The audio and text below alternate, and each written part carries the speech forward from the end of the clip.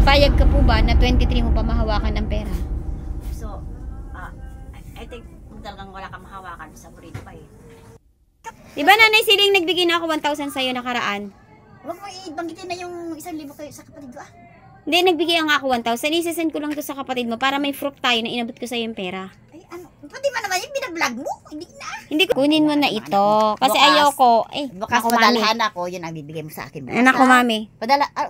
Pag sa'yo.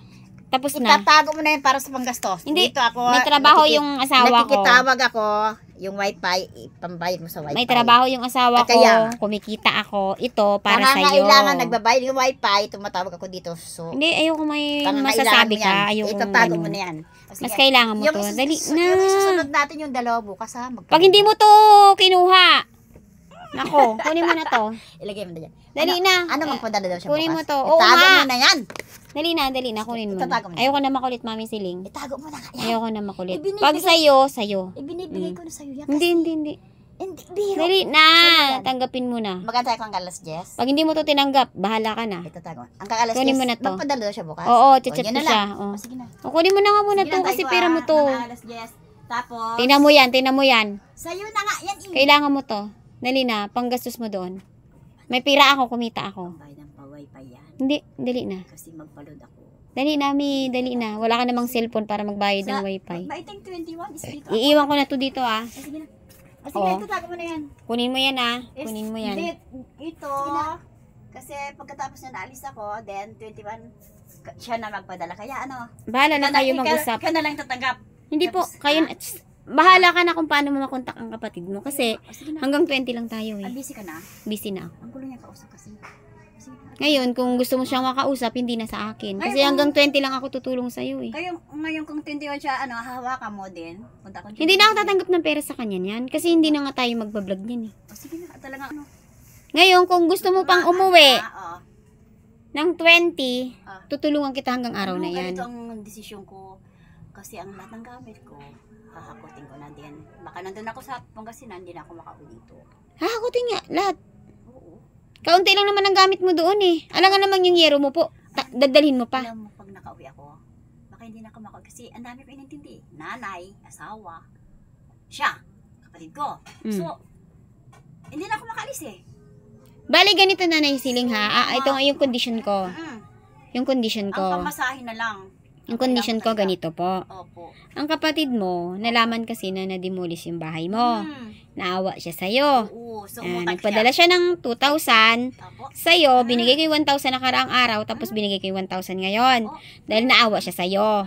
Ngayon, ang gusto niyang mangyari, kasi may sakit siya, sumusumpong, nakaraan, mahinang-mahina siya, ang gusto niya ay umuwi ka na doon para bago man lang siya, kung ano man daw ang mangyari sa kanya, matayuan ka na niya ng bahay doon. Naghahanda na talaga? Ngayon, Mami, ang kondisyon ko sa'yo, dahil ako ay may sarili din akong inaasikaso sa future namin, kailangan ay tutulugan kita hanggang 20 lang.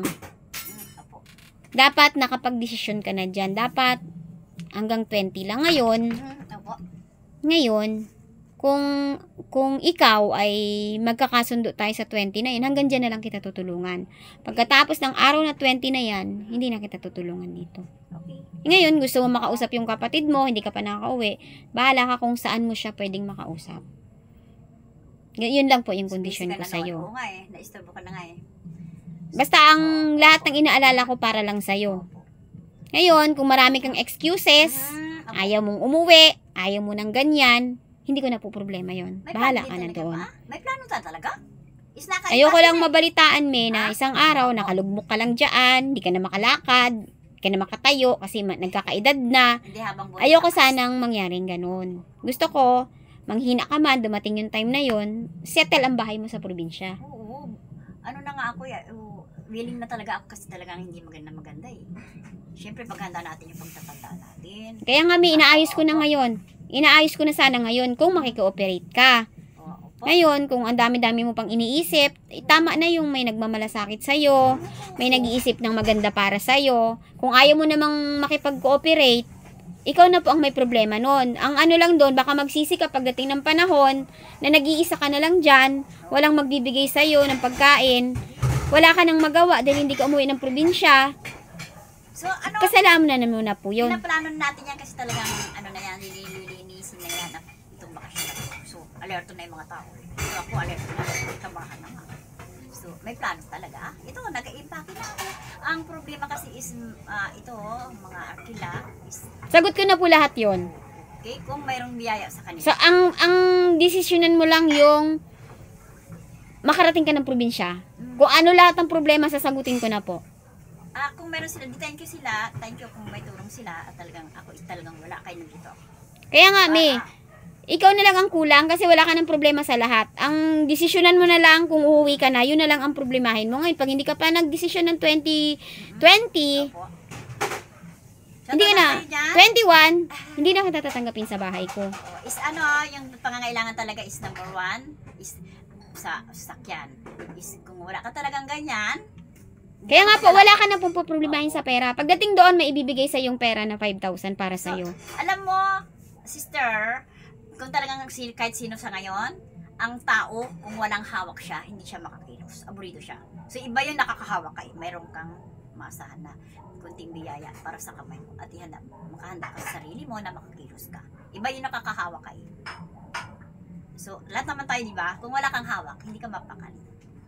So, Kapag hawak nyo na po ang pera nyo, ano po ang gagawin nyo? talagang desisyon mo, may sarili tayo kasi matured tayo, is talagang kailangan yan, may hawak tayo, then, uwi tayo kung talagang ano, kailangan, kasi may sakit yung nanay ko, yung Ba't pinapatagal mo pa po? So, yan ang pangangailangan, shout out naman kayo dyan, yung talagang pangangailangan is, hindi ka makagalaw kung wala kang hinahawak. Maburido ka. So, shout out naman kayo dyan. Yan ang kailangan mo talaga. Kung halimbawa, Nanay Siling, Opo. binigay sa iyo ang pera at hindi ka nagpakita, ano po ang Ay, mangyayari? hindi ako ganyan. Anis ako. Yang pira, mahirap hawakan, mahirap hanapin yan. Kailangan itatago mo yan, reserva mo yan para sa susunod. Halimbawa Ang po, hirap humawak ng... halimbawa po, ibinigay ang pera sa iyo. Itatago Kailan niyo po, mo. Kahit ano po ang pag gagawin niyo sa nakakainin pera? ko, basta hindi ako makakano ko sa taong kinakausap mo. Ano po ang gagawin niyo sa pera, May? Pag halimbawa hawak Para niyo sa, na. kung halimbawa mag-arkila ka, kausapin mo na siya. O syempre, tutukan tao. Kasi kung inarkila mo yan, baka hindi mo maibigay sa kanya, masama ka. Siyempre, Baka May, masaktan ka. bago na mo naman babayaran ang isang sasakyan, pag nahatid ka na doon, hindi mo naman siya babayaran na hindi Kasi pa alam mo, tapos darling, ang bunganga ngayon, parang usok yan, hanggang ganun lang. Bunganga, umuusok yan, pero wala sa gawa. So, wala kang Sa tiwala, kalagayan May? ngayon, Wala madali kang- magsalita, pero pagdating sakto, wala. So, wala kang tiwala, May, na ako ang magbabayad ng pera doon sa jeep. I don't know kung talagang shoutout. Thank you naman kung mayroon silang biyaya at nagbibigay. Salamat sa kanila kung mayroon. Ang gusto mo, May, Opo. ikaw ang mag-abot ng pera sa driver, hindi ako. Kasi sa ngayon talaga, andun siya, dumadaan siya. So, syempre, yung bang naghahakot, yung bang nag-aaripak ako, dumadaan siya. Then sabi ko, wala akong mahawak na ganito. So, kailangan ganito ang arkila. Magkano ka ako? Kasi kung talagang kasi nagpapasada yan eh. Syempre, kailangan yan na pangangailangan niya. So, wala akong hawak. Ibig sabihin- hindi ako makapagsalita. Ibig sabihin, hindi ka pa nakakaalis, gusto mo magbayad ka na sa kanya? No. Pag naihatid na niya na ako, saka ko na. Bakit kinukuha mo na po yung bayad para sa Kasi kanya? wala akong nahawakan. Syempre, ang isang tao, kung talagang nahawakan, naabrito ka. Hindi mo ako pwedeng iharap sa kanya na ako ang mangako sa kanya? Ngayon ko lang nalaman, darling, at talagang hindi ko alam yan. Kung sa mga dyan, sponsors ko, kung sino sa kanila, yung kung may biyaya na magbigay sa akin, thank you. At wala ko talaga kung alam kasi kaya aburito is nandito ako. Wala akong hawak eh. So, aburito ako, hindi ako makatulog, wala akong hawak. Then, nag-iimpake ako habang naggagawa ako, hindi ako makagawa eh. So, wala kang tiwala, Aburito May, ako. na maihahatid po kita sa probinsya At thank you niyo. naman kung may hatid ba kasi may biyaya ng kasi ang isang nilala ngayon kung talagang number 1 is yan nga pera. Kumbaga, kung wala kang ganyan is hindi ka makakilos. Kaya sabi nila pera is makapangyarihan. May mga utang ka po ba dito, Mami, na maiiwan pag ikaw ay umuwi? Awa ng Diyos wala. Kasi talaga nagtitiis ako sa bagoong, gulay, kahit asin lang ang ulam with kamatis. Talaga nagtitiis ako. Kung ano po, kung ako lang ang makipag-usap dun sa driver. Madaling kausapin, pero Hindi, ako po ang makikipag-usap. opo, pwede rin, pero ang pangangailangan niya is kailangan ito pa rin mo. O, syempre, tutuparin ko po. Pero ako, May, sa totoo lang, meron pa akong mga kliyente na meron silang sariling jeep. Oo po. Pwede ko silang kausapin. So, ibang, Sino po ba ang gusto nyo maghatid sa inyo? Baka naman boyfriend nyo yan. hindi kilala mo na yan? Kumuha kay tatay dati mo noon? Hindi ko po kilala sino ang Sa kumuha sa Jeep kami, kanya. kinuha ko siya nung halos wala na siyang malay. Ay, hindi ko po siya kilala. So, kinuha niya sa kapatid niya. Tapos, So, may siya ang gusto mong maghatid sa'yo? Ayaw mo may iba pa akong kakausapin na mas mura? Depende. Kasi hindi ko pa kilala. Kung sino ang maigi, di doon. Marami akong kilala, Mi, na pwede maghatid sa'yo. Basta kasya yung hahapotin ko kasi. Pwede rin ako makipag-deal na ako na ang bahala sa bayad, ako na ang bahala sa pagkain mo, basta sumama ka lang. Pwede rin ganun. Pero iba kung syempre, ang pangailangan to, kailangan mo din kumain sa labas, may sakit ka, nahihilo ka, wala kang hawak, malanda ka. Eh, di magagastos mo nga yung sila, pera, diba? Mi. Magagastos mo yung pera. Ay, hindi! Ano ako, kung talagang yung pera na is talagang yung pangangailangan pa, hindi mo gagastusin. Kasi mahirap kumita ng pera. Oo. Kailangan mo, especially, hindi ka magpahalipas ng gutom. Yan lang nga. Wala akong bisyo So, yan ang... Pero kailan talaga, Mi, ang gusto mo na target ng uwi mo ng probinsya? Kailan talaga? 1 week na lang. Anong petsa po? I think mga... Yung petsa talaga na... matutuluyan. Yung petsa talaga na bukal sa loob mo na pag-uwi. Anong petsa po? Palagay ko is 22. 22? Oo. Ng? 23. Kasi talagang... Yung pinaka-final, pinakamatagal na time mo. I think yan na lang, 23. Bakit 23 po ang napili nyo? Marami. Araw yan ng Miyerkules. Marami kong tanim, tapos yung mga gamit ko, ayusin ko. Gusto kasi shoot yan sa mga gamit ka, maayos kang maghapon. Sa 23 na yan, okay na sa'yo yan. Hindi ka na mag-i-extend yan. Tingnan natin kasi talagang... Yung sure mo. Yan talagang ano ko. Pero yan ang hinahawak ko is wala. Hindi po, yung gusto nyo talaga makauwi. Anong petsa? Kasi masyado ka namamadali sa 20. 24. Oo. So yan ang ano, kung may awa ang Diyos na ano. 23, 24? Katagal naman ang trabahuhin mo, Mi. Kasi hindi ako makalabas-labas kasi winawagwag yung bahay. So, madaling araw, nag-aayos ako din. Pag umaga, nandun na sila. Hindi ka na makapasok doon. So, hindi ko maayos-ayos yung gamit. Kung 23 ka pa makakaalis, 23 mo pa mahawakan ang pera. So, depende sa mga, ano dyan, shoutout sa mga kayo dyan. Kailangan talaga. Payag ka po ba na 23 mo pa mahawakan ang pera?